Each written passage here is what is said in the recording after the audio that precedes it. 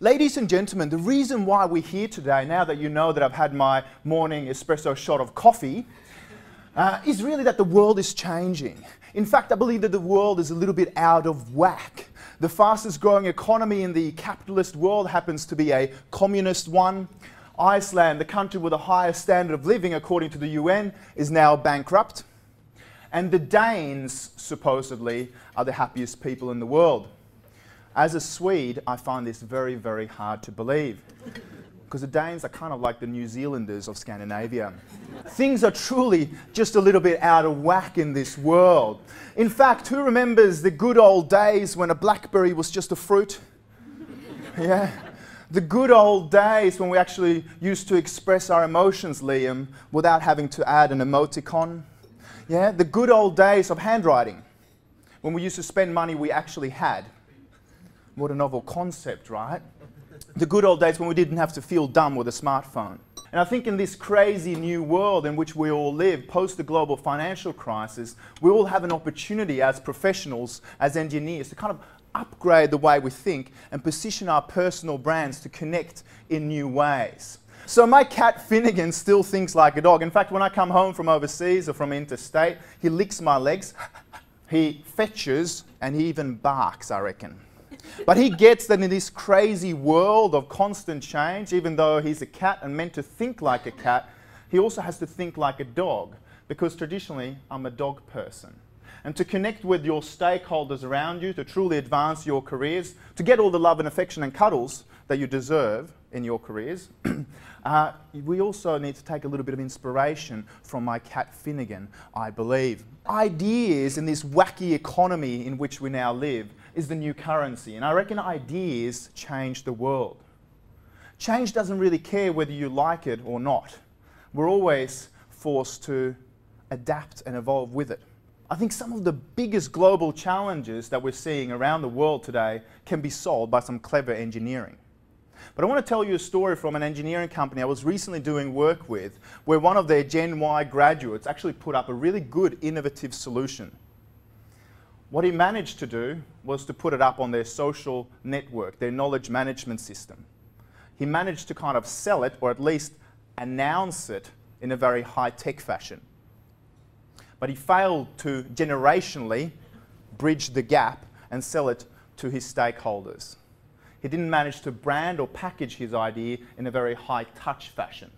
Now that solution, that engineering solution, sat on the in-house social network for 2 years before someone accidentally picked it up. Now that engineering company is monetizing it and bringing it to reality. Had he been better at selling his ideas or inviting other people to buy into it, as salespeople call it, we like to influence and manipulate the people around us, I think that solution could have come to market sooner. Has anyone faced a challenge like that? Actually having a really good idea, but failing to kind of sell it to the stakeholders around you. I think ideas are a little bit like hippies. They want to engage in this free love exchange of ideas.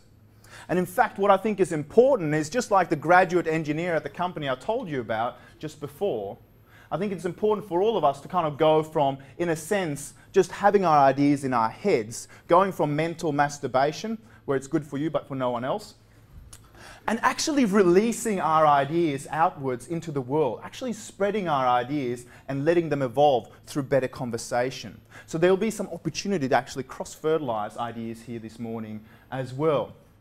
Of course, this digital revolution, this communications revolution that's run through the internet also leads to a whole new communications revolution. And the thing I want to talk to you about is social media and how social media can actually impact your own personal brand.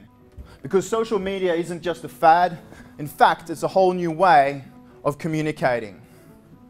Social media has now replaced porn as the #1 activity on the web, which is devastating to the Swedish national economy. 96% of Gen Ys have joined a social network. In fact, the internet is part of many of your thought processes. Gen Ys bring both their skills and their social network to work. If Facebook were a country, it would be the 3rd largest in the world.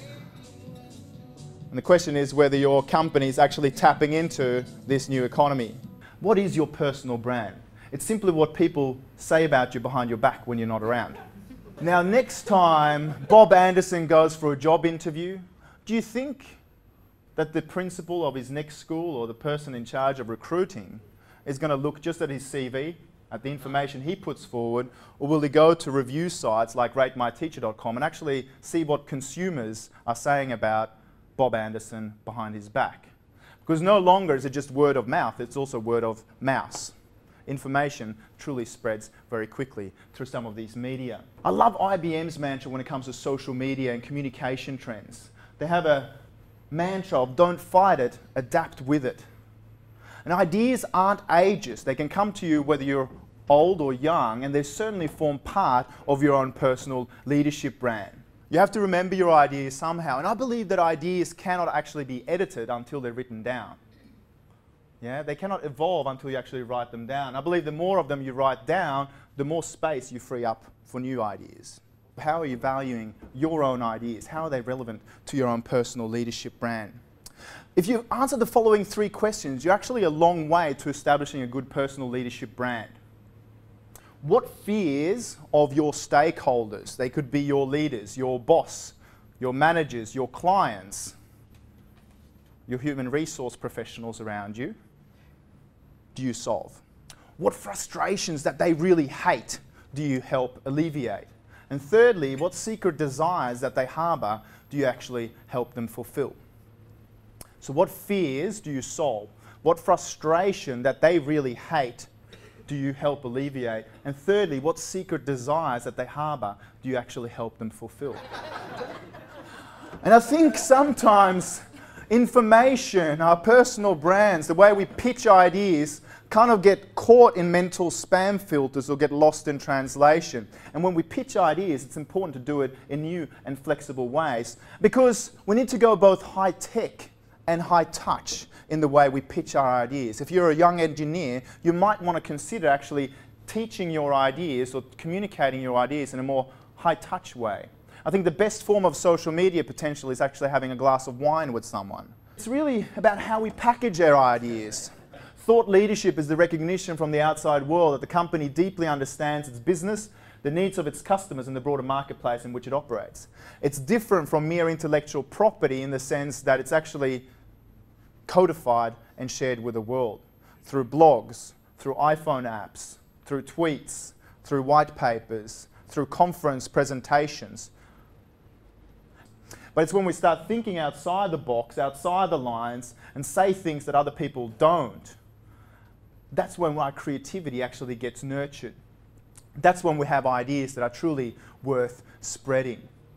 Why would you be interested in doing it from a personal branding perspective? Well, you get respect from your peers and your team. You become the go-to expert. You become kind of like the trusted advisor 2.0, to use David Meister's language. There's less price resistance and there's profound connection even before a sales engagement. At Cisco, one of my clients, the entire senior management team is actually dedicated to this idea of thought leadership. Everyone on their senior leadership team has to blog, has to tweet, has to speak at conferences, because it actually positions Cisco for the future. Because I believe that your thought leadership, your best personal brand, actually sits in your own unique intelligence. Has everyone heard about IQ? Yeah? Intellectual quotient or intelligent quotient. Emotional intelligence, EQ. I also believe that there's a UQ as well, your unique intelligence. It's kind of like your superhero status in a way. We need to kind of upgrade the way we think and pitch our ideas.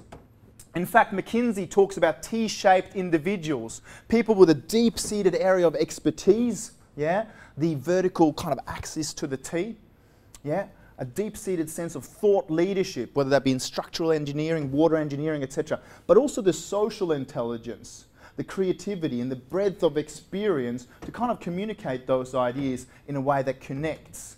Steve Jobs, who I have a professional man crush on, says that what makes Apple, the technology company with the largest market cap in the world, so unique is that it resides at the intersection of technology and liberal arts.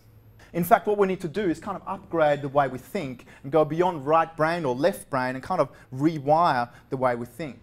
And I think when technology enables us to communicate in new ways, it's time for human beings to kind of step up the way we pitch our ideas. And I think whether you're constrained by mental walls, generational walls, or even mental spam filters inside your organisation, we all need to find ways to actually creatively pitch our ideas. And my question to all of you today is, what's your creative idea within constraints? How are you going to pitch it moving forward? Because the great thought leader, Winnie the Pooh, once said, have you ever stopped to think and forgotten to start again? And I don't really know what it means, but I think it's meaningful. And I want to challenge all of you guys to kind of stop and think and also ensure you get started again. I want to encourage all of you guys to tune in to kind of your personal brands, your thought leadership, your unique intelligence. Because when you combine high tech with high touch, left and right brain ways of thinking, functionality with form, and you come up with rip-snorting engineering ideas that have real chutzpah, that's when you can really change the world. And I want to encourage all of you to go out from today and kind of be agent provocateurs, to be sticky beaks for the unexplored. Because that way I think your business worlds and the world may well become a better place. Set your ideas free and go from mental masturbation to not just selling hot air, but also moving forward and cross-fertilizing better ideas for humanity moving forward. Thank you very much for being with me here this morning.